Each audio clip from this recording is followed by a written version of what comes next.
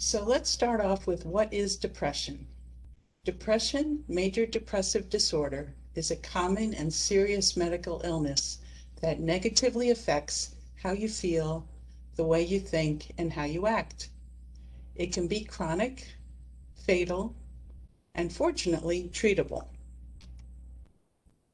Depression symptoms can vary from mild to severe and can include feeling sad or having a depressed mood, loss of interest or pleasure in activities once enjoyed, changes in appetite, weight loss, or weight gain unrelated to dieting, trouble sleeping or sleeping too much, loss of energy or increased fatigue, increase in purposeless physical activity such as an inability to sit still, or pacing or hand-wringing, or slowed movements or speech.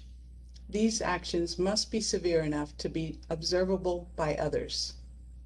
Feeling worthless or guilty, difficulty thinking, concentrating, or making decisions, and thoughts of death or suicide. These symptoms must last at least 2 weeks and must represent a change in your previous level of functioning for a diagnosis of depression. Depression can be a debilitating illness for anyone, regardless of age. Depression with the elderly often goes unnoticed because many of its signs and symptoms are assumed to be normal aspects of aging.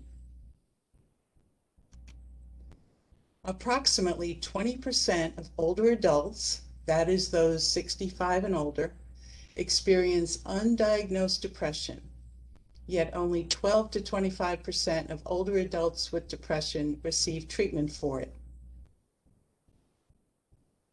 Older adults are at increased risk. 80% of older adults have at least one chronic health condition, and 50% have 2 or more.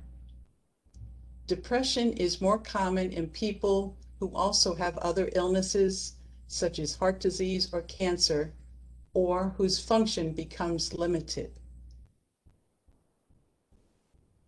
There is no single cause of depression in any age group. Some research indicates there could be a genetic link to the disease. There is a high degree of heritability, approximately 40%, when first-degree relatives have depression. However, biological, social, and psychological factors all play a role in depression in older adults. Common causes of depression in older adults. Health problems, illness and disability, chronic or severe pain, cognitive decline, damage to your body image due to surgery or sickness can all be contributors to depression.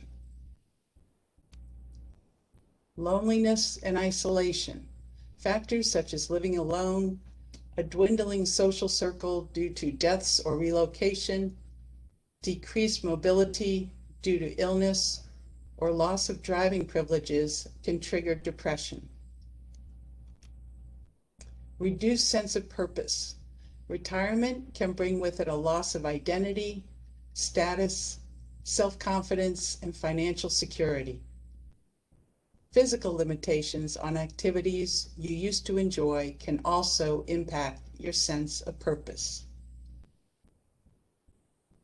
Fears. These include a fear of death or dying, as well as anxiety over financial problems, health issues, or abuse or neglect. Recent bereavements. The death of friends, family members, and pets are common causes of depression in older adults. Symptoms of depression that are unique to older adults. Seniors with clinical depression are more apt than younger individuals to exhibit memory problems, have vague complaints of pain, difficulty falling or staying asleep, and irritability rather than sadness. In addition, their behaviors might be more demanding or help-seeking, and they might experience delusions or hallucinations.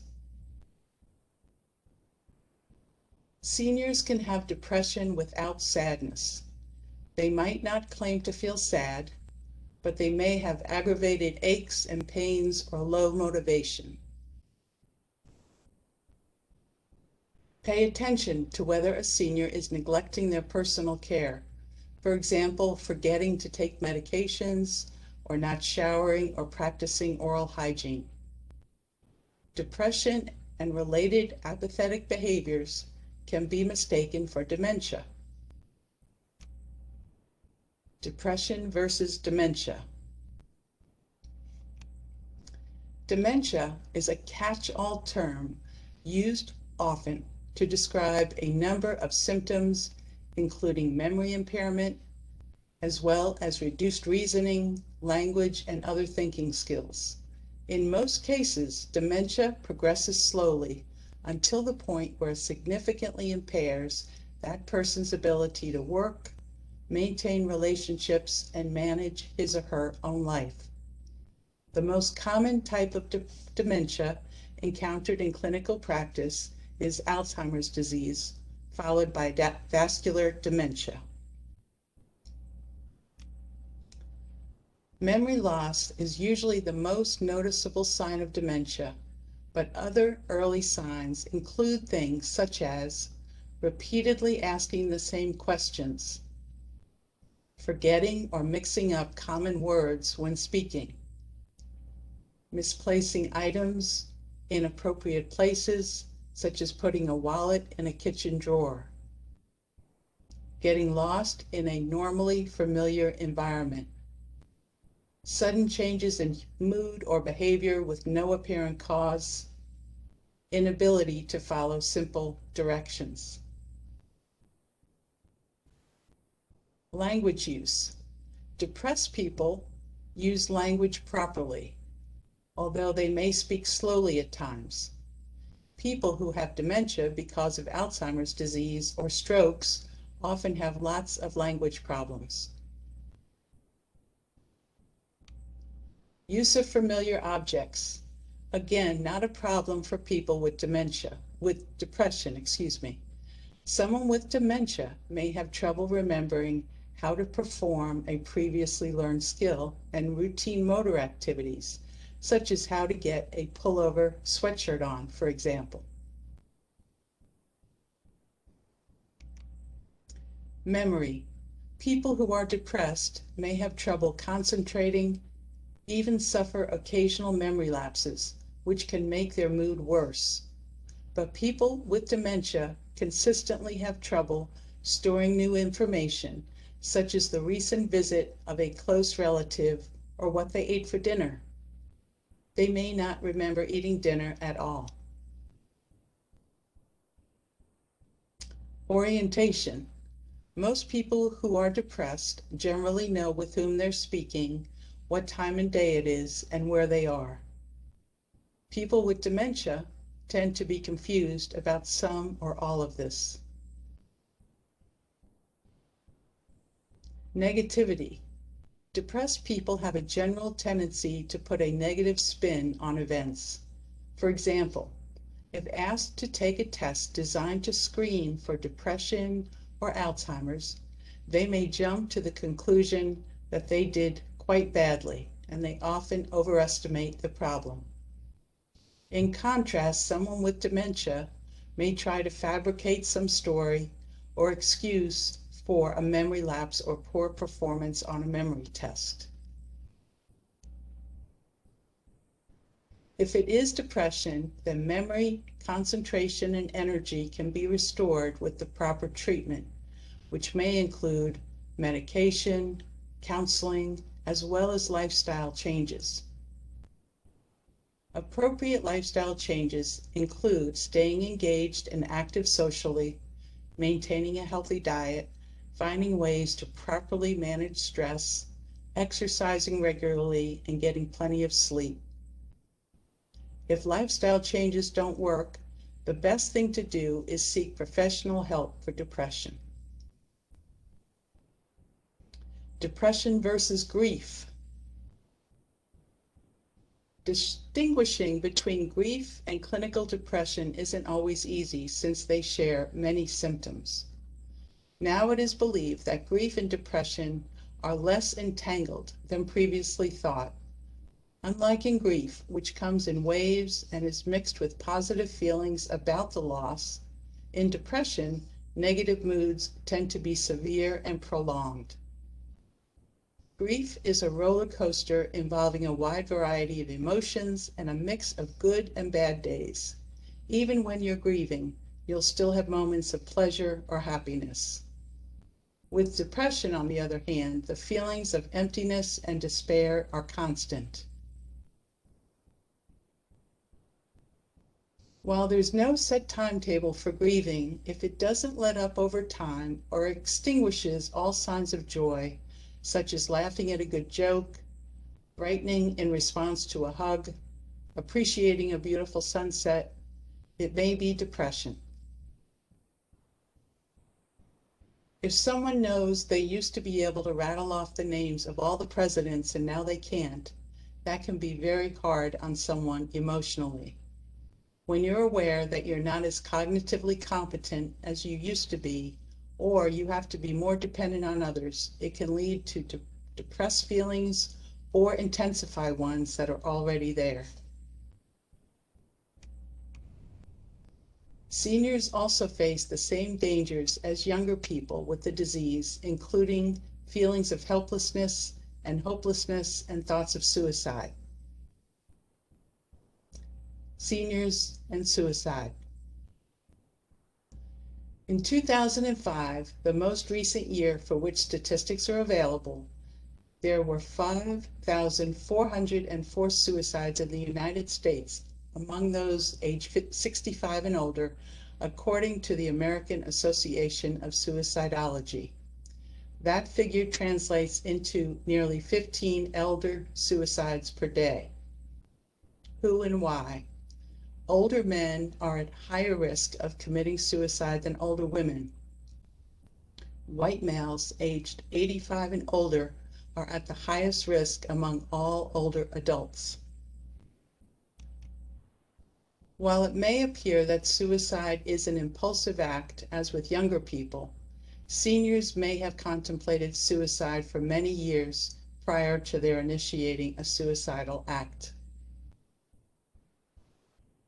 Detecting the warning signs. Be alert to any change in behavior. Sleep problems, either sleeping too much or too little, eating problems, or other signs of depression should be taken seriously. The presence of firearms in the home increases the risk. When verbal statements of wanting to die or kill oneself are heard, they should be taken seriously and mental health help sought immediately. 1 in 4 seniors who attempt to kill themselves will die, compared to 1 in 200 youths. That's because they often have access to some of the most lethal means, firearms and medications. 51% of all completed suicides are with a firearm. With older adults, that number rises to about 70%. Depression is one of the leading risk factors of older adult suicide. Oftentimes, their depression is undiagnosed and/or untreated. Watch for and listen for suicide warning signs. Seek immediate professional help if you suspect that your loved one is thinking about suicide. Treatment and outcomes. Seniors with depression often respond favorably to psychological interventions. Since 2014, mental health services have been a covered benefit under Medicare in the same way that other medical services are. 80% of the Medicare-approved amount for mental health visits is paid by Medicare, and a senior will be responsible for the other 20% unless she has a co-insurance that can pick up the rest. Nevertheless, seniors with evidence of mental disorders are less likely to receive mental health services, according to the American Psychological Association. If an older adult downplays, ignores, or hides her feelings or blames himself for feeling blue, a healthcare provider will face additional barriers to diagnosing her depression and coordinating the appropriate medical care. Unfortunately, depression still carries a social stigma that other medical conditions don't, which can contribute to seniors' misunderstanding about the disease. This age group frequently think that being depressed is a personal failure or personality flaw. The lack of education and awareness of depression among the elderly can be a barrier to treatment. Once a senior is treated, a number of other factors will influence how well they cope with the disease. These include premorbid resilience, or how effectively one coped throughout their life before the onset of depression. Effective pain management for any physical medical conditions. The degree of cognitive impairment. With dementia, there is a point at which cognitive behavioral therapy is no longer effective, and their level of social support and engagement in social activities, which has been shown to relieve depressive symptoms in the elderly. From a behavioral perspective, maintaining connections with other people is crucial to eliminating the isolation that depressed seniors experience. One suggestion is to help the elderly person try to identify 5 people in their lives whom they can rely on, which makes them less vulnerable to losses. They might be willing to join a gym, a senior center, Bible study, book club, adult education class, library gathering, etc. Some lifestyle changes that can help lift the cloud of depression are avoiding alcohol, making sure to get enough sleep, and exercising regularly. Medical conditions related to depression. It's important to be aware that medical problems can cause depression in older adults, either directly or as a psychological reaction to the illness. Any chronic medical condition, particularly if it's painful, disabling, or life-threatening, can lead to depression or make depressive symptoms worse. Some of these include Parkinson's disease, stroke, heart disease, cancer, diabetes, thyroid disorders, vitamin B12 deficiency, dementia and Alzheimer's disease, lupus, multiple sclerosis. Some medications that can cause or worsen depression: blood pressure medicine, beta blockers, high cholesterol drugs, tranquilizers, calcium channel blockers, medications for Parkinson's, sleeping pills, ulcer medication, heart drugs, steroids, painkillers, estrogens, drugs to treat GI disorders. Those taking multiple medications are at particular risk. While the mood-related side effects of prescription medication can affect anyone, older adults are more sensitive because as we age, our bodies become less efficient at metabolizing and processing drugs. If depressive symptoms come on after starting a new medication, talk to the prescriber. They might be able to lower the dose or switch to another medication that doesn't impact mood. How to help. Reluctance on the part of an older adult's healthcare providers, caregivers, or family members to talk about depression can sometimes delay diagnosis and treatment. Be prepared to bring the subject up more than once. You don't want to get into a position of arguing with an older adult, but helping them understand that pessimism and not wanting help can be symptoms of the illness. Often, if depression is explained and the treatments are explained in jargon-free language, older adults are no more reluctant to receive help than younger people. Once they make those connections with trusted caregivers, they often want to participate and comply with treatment. Don't criticize feelings expressed, but point out realities and offer hope. You can also help by seeing that your loved one gets an accurate diagnosis and appropriate treatment. Helping your loved one find a professional, accompany them to appointments, and offer moral support. Be tactful. An older person with fragile self-esteem may interpret well-intentioned encouragement as further proof of his or her declining condition. Others may resent any attempts at intervention. Try to develop positive approaches for dealing with these and other sensitive issues. Once depression is treated, cognitive abilities can come back as well as quality of life.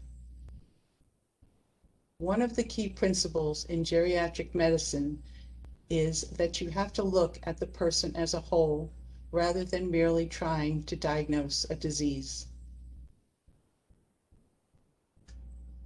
Encourage the person to follow through with treatment.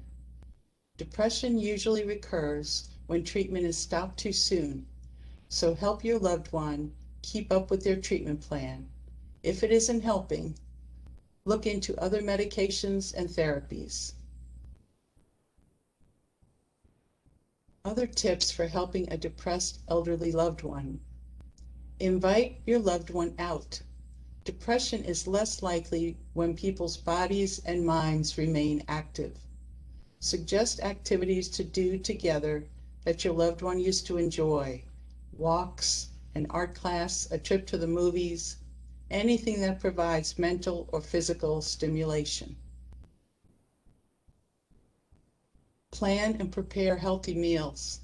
A poor diet can make depression worse, so make sure your loved one is eating right with plenty of fruit, vegetables, whole grains, and some healthy protein at every meal. Schedule regular social activities.